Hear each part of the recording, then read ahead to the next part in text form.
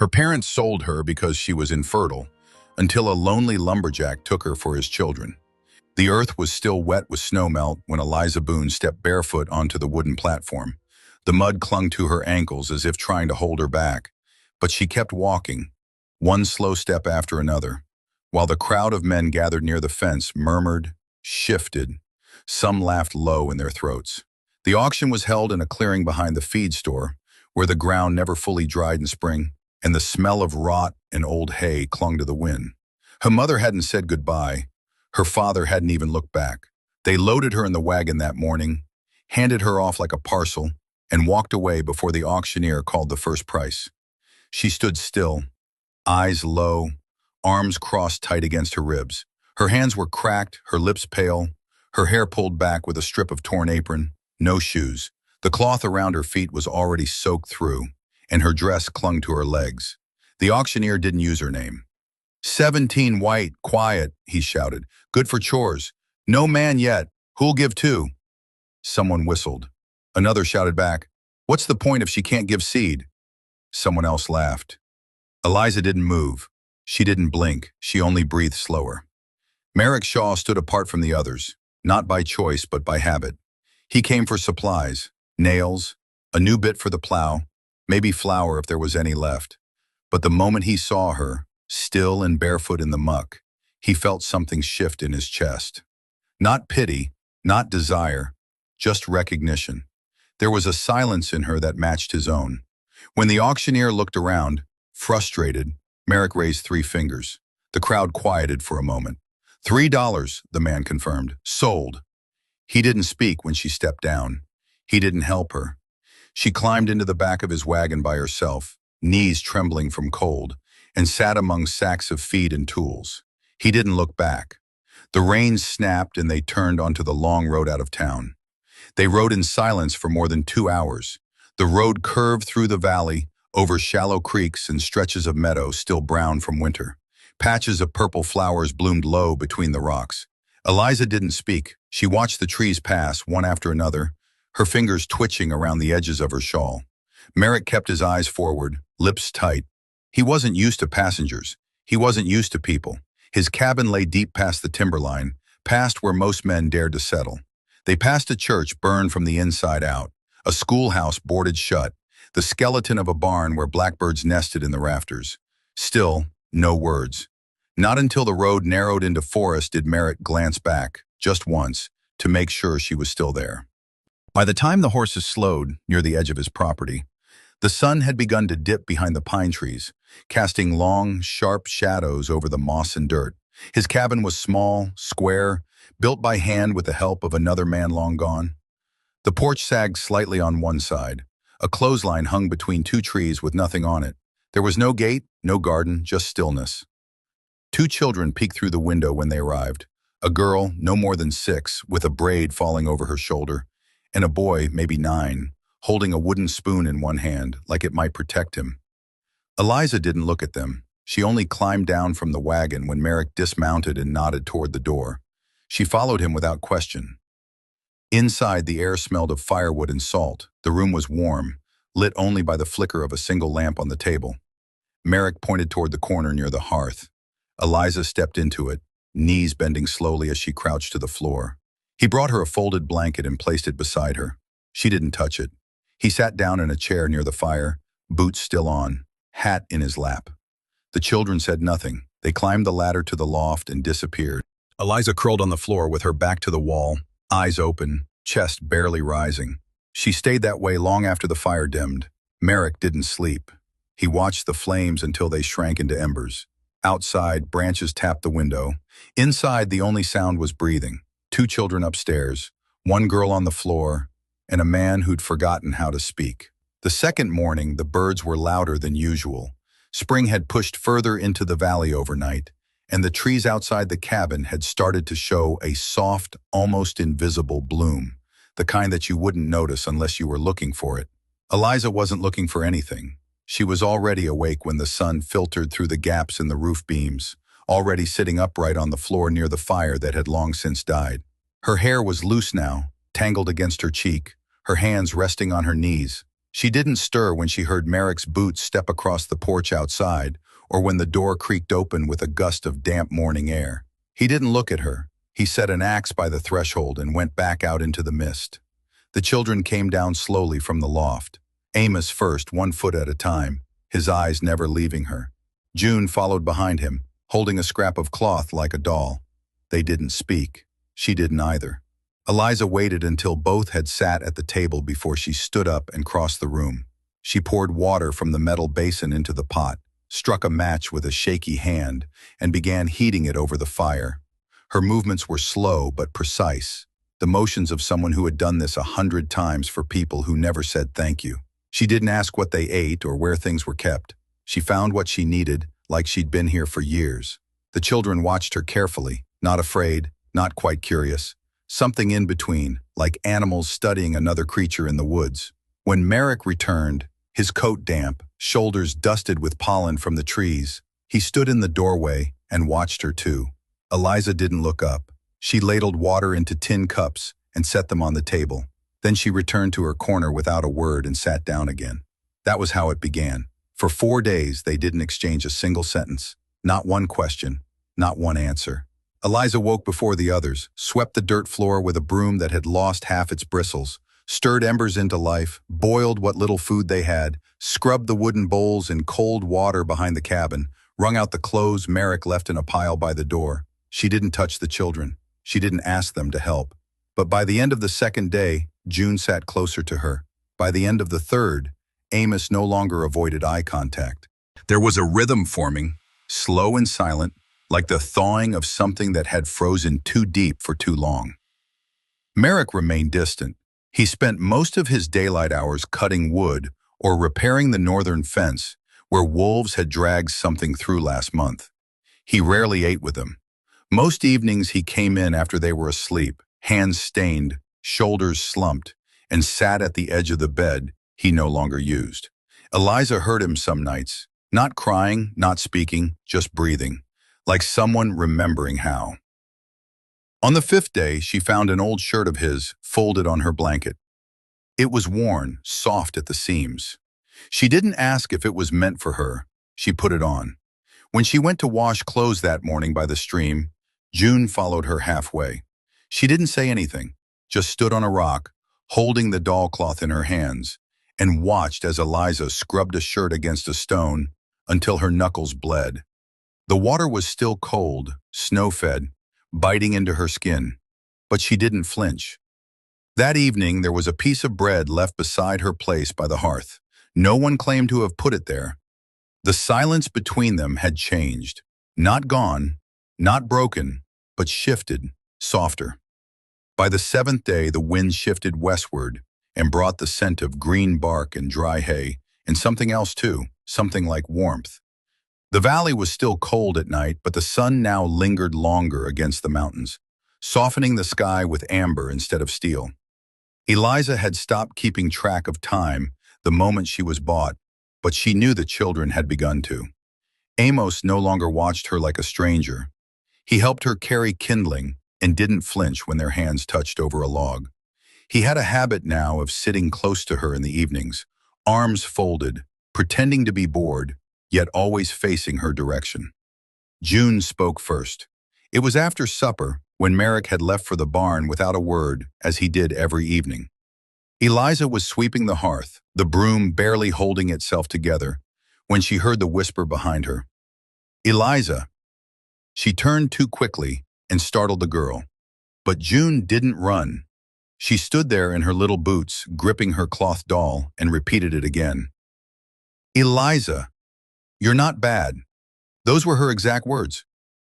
"You're not bad." Eliza felt something in her spine shift, like her body had braced for a blow that never came. She crouched down and looked June in the eyes, but didn't touch her. She only nodded once slowly. That night, when Amos passed her a tin of water, he added a small half-smile, crooked and fast. It wasn't much, but to Eliza it felt like the first brick in a wall being taken down. Merrick stayed quiet. He still didn't ask her to stay. He still hadn't thanked her. Not for the food, not for the firewood, not for the way she'd scrubbed the cabin's walls with vinegar and boiled herbs to keep out the mold. But he no longer locked the barn at night. She noticed. She never entered it without a reason. But when June fell and scraped her knee, and they had no more clean cloth inside, Eliza walked straight to the barn, opened the door, and stepped into a space like she belonged there. It was clean, in a harsh and careful way. Tools hung evenly spaced along one wall. A saddle rested on a barrel near the back. Eliza found the rag she needed hanging on a peg, dipped it in a water bucket, and returned to June without touching a single other thing. That night, Merrick didn't come in until much later than usual.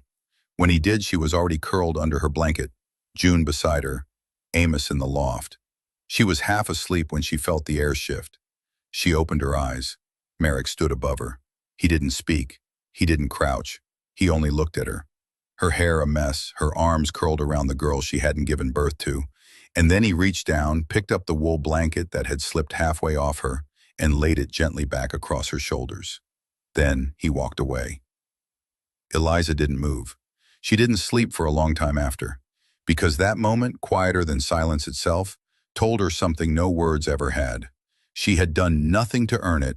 She had begged for nothing, but she had received kindness anyway, and it lodged in her chest like a blade. It was the night before the last frost. The firewood stack had grown low, and Merrick had gone out after supper, earlier than usual, with a bucket in one hand and something hidden in the other.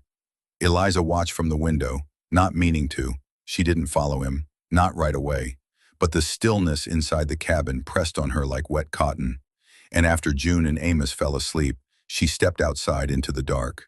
The moon was thin that night, just enough light to see the shape of him by the burn barrel behind the barn. His coat off, sleeves rolled, body hunched over the edge like he was trying to make himself smaller than the flames.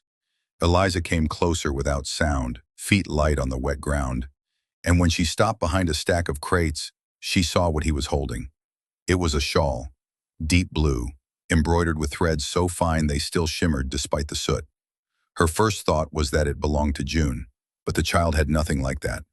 The second thought took longer to form. It came slowly, like a pain rising from somewhere too deep to name. Merrick was holding the shawl like a thing that weighed more than it should. And then, without warning, he tossed it into the fire. The flames took it fast. Faster than he expected, maybe, because he didn't look away. He stood there staring into the smoke, and his jaw clenched once before his shoulders dropped, not with relief, but surrender. Eliza knew what she was seeing. She had seen it once before, when her father lit the contract that sold her, and couldn't stop staring at his hands. She stepped forward. He didn't turn. "It's hard," she said quietly, not even sure if the words were meant for him or for herself. "Letting go of something you didn't ask to lose." For a long time he didn't answer. The only sound was the crackle of wood and the far-off cry of some night bird. When he finally did speak, it was low and hoarse. "She died giving birth," he said, "to the third one." Eliza didn't ask where the third child was. She understood. "I was promised 6, she said. That made him look at her. "6 what?" "Children. When they sold me, said I'd give 6 sons to whoever could afford me. I never gave a single one." There was a silence between them then. A silence not of avoidance but recognition. They were not people who had failed. They were people who had been failed. By time, by fate, by the lie that life could be bargained into shape. Merrick looked back at the fire. What remained of the shawl was ash now, caught in the updraft and spiraling into the trees.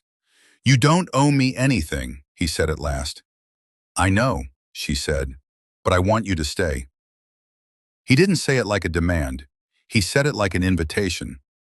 Eliza stood still, the cool spring air brushing her cheeks, and something inside her, something rusted and brittle, shifted.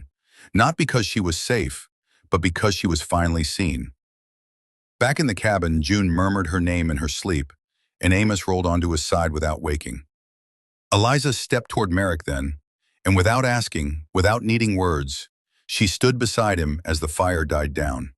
And for the first time since the day she was sold, she felt like a person who had a choice. By morning, the wind had shifted.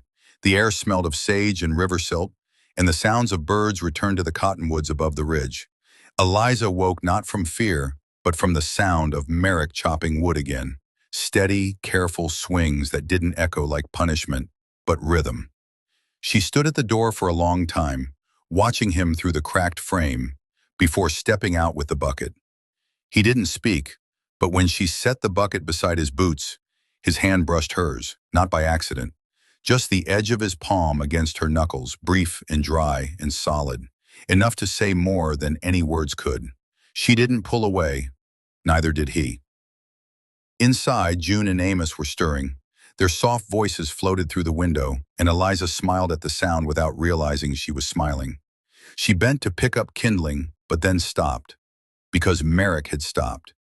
He was staring past the barn, past the tree line. His jaw was tight again, eyes sharp, narrowed not from sun but from focus. Eliza followed his gaze. A rider. Single. Slow. Not a neighbor. They never came from that direction. Not the post rider. They only came Tuesdays. This one wore a broad hat, face shadowed, dust covering his coat, and the muzzle of his horse gray with foam. He didn't hurry, but there was purpose in his movement, like someone returning to finish something they started. Merrick took a step forward. Eliza straightened. He didn't tell her to hide. He didn't need to. She turned at once, crossed the yard, and slipped inside with the children. Amos was already at the window, peeking through the curtain. June held Eliza's sleeve tight, sensing what adults always tried to hide. From inside, Eliza watched the man dismount. He moved like a man used to long distances, no wasted effort. He tipped his hat not out of politeness but routine. And then he reached into his coat. Merrick didn't flinch, but Eliza saw the way his hand hovered near his belt. The rider pulled out a letter, folded, sealed, stained in the corner like it had traveled far. They exchanged no words. Merrick took it, nodded once, and the man turned back toward his horse. Not a lawman, not a drifter, just a messenger. But Merrick didn't open the letter, not then. He stood there for minutes after the dust had settled, letter in hand, unread. And when he finally came inside, Eliza didn't ask. She only watched as he placed the letter on the mantel, beside the framed photo of a woman whose name she never knew. She knew better than to press. But the silence that followed wasn't the same as before. It wasn't the silence of strangers, but of people bracing for a storm they hadn't yet seen, but already smelled in the wind. The letter sat heavy in Merrick's hand, even though the paper itself was thin and worn, like a page torn from a Bible, too often read. Eliza hadn't said a word since it was delivered. She sat on the bench near the fire, eyes fixed on the flickering orange shadows across the wall, her hands folded tight in her lap, pressing together so hard her knuckles turned pale. Merrick had read the whole thing twice, then again aloud, his voice low and calm, but each word left a deeper furrow in his brow. The writing was jagged, unpracticed, but the message had been clear. Malcolm had found her, or at least found out where she might be, and he was coming. He didn't say when, he didn't say how, just that he knew. That was all, and that was enough. Outside, the snow was falling again. The wind was brushing against the windows like a hand testing the glass for weakness. Inside the cabin, the silence between them grew heavier than the storm. Merrick folded the paper slowly, slipped it into the inside pocket of his coat, then leaned against the table and looked at her.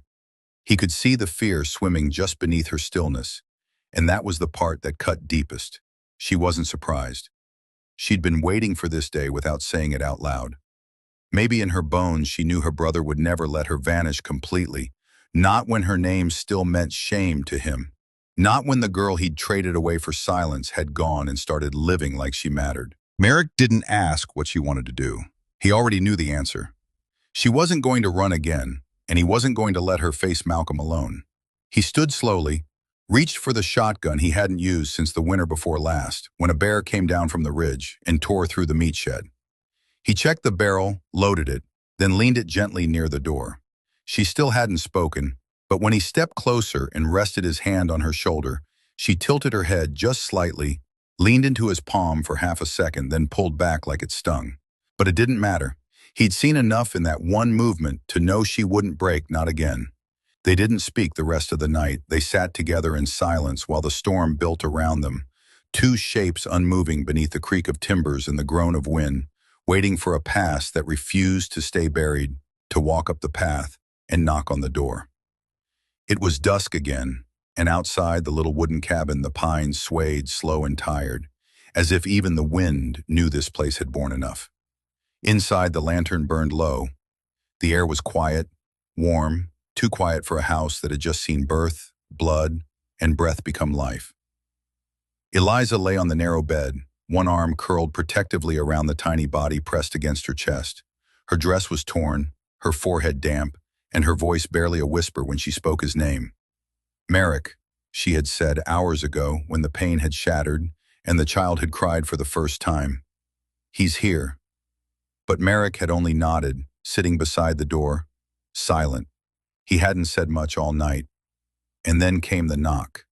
It was soft, like someone unsure if they were allowed to exist here. Merrick stood, slowly, his body stiff from hours of tension. Eliza looked up, her arms tightened slightly around the child. She didn't say a word, but the fear returned to her eyes. She knew that sound. She had dreamt it for months. He opened the door. Malcolm McQuaid stood there, dust from the trail still on his boots, the folded letter clutched in his hand. His eyes were not the eyes of a man in control. They were the eyes of a man who had come too late and knew it. He looked past Merrick. He saw her. And she saw him. The room was suddenly a still river of everything they never said. Malcolm stepped inside only halfway. His boots didn't cross the rug. He stared at her, then at the child. And something in his jaw clenched. "You didn't stop it," Merrick said softly, not moving. "You let them sell her." He continued, not with rage, but with something lower and colder, truth. Malcolm didn't answer. He looked down. The silence was thicker than the smoke curling from the hearth. Eliza's fingers trembled where they clutched the blanket, but she didn't cry. The baby stirred, and that tiny sound seemed to break something.